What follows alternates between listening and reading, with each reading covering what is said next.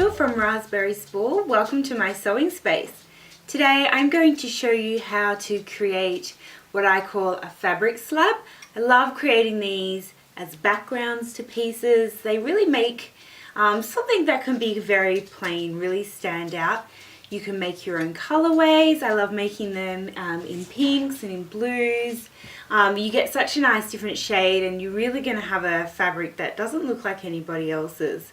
I particularly love putting them together in low volume fabrics, whites with a bit of color, with a bit of black, grey, anything like that. And I just find that when it comes together, it does just from far away, they all very much blend in. And then as you get closer, there's so much more interest to your blocks.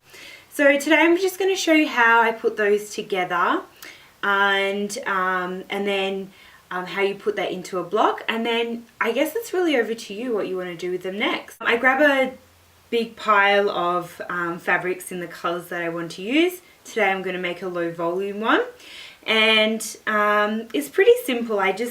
They're all these pieces are all different sizes and varieties, different colorways and prints and things like that.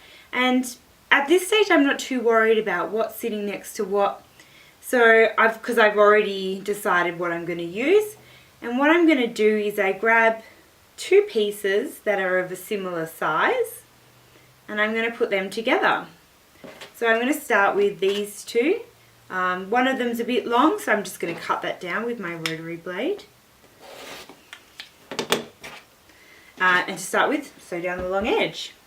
When we put these together, it's a regular old 1/4 of an inch seam allowance, and I just pair them up and I keep going until I've got a chunk of them done. Now a lot of this is a real guessing game of how many you need. For me it's not a problem because I'm always doing this technique, so I save them for another block, or I just cut them back and use that piece for something else as a bit of a scrap. So I'm just going to go ahead and start, put together a whole bunch, put them into pairs, and keep going and let you know what I do next. Alright, so now that I've chain pieced, snipped and pressed all my pairs together, I can go on to doing the next one. And to do this, it's the same thing again. I just pair them up. I'll take two similar sized pieces of fabric, place them together. If I've got a little bit extra, I'm just going to cut that off. And if there's not one that I feel like matches in this, I also like to go back to my original pile and add some in. So then I've got, rather than having 4 pieces, I'm going to have some with 3 pieces. Just keeps the random nature of these blocks together. So I'm going to go ahead and pair all these ones up and let you know what I do with all these, jaggedy edges. Right, now that I've gone through my sets again and paired them up, you can end up with the little bit of extra seam that is poking out here. Now you probably want to remove this. It'll add to unwanted bulk and things like that. So you can either use your scissors or rotary blade to cut them down, depending on how confident you're feeling.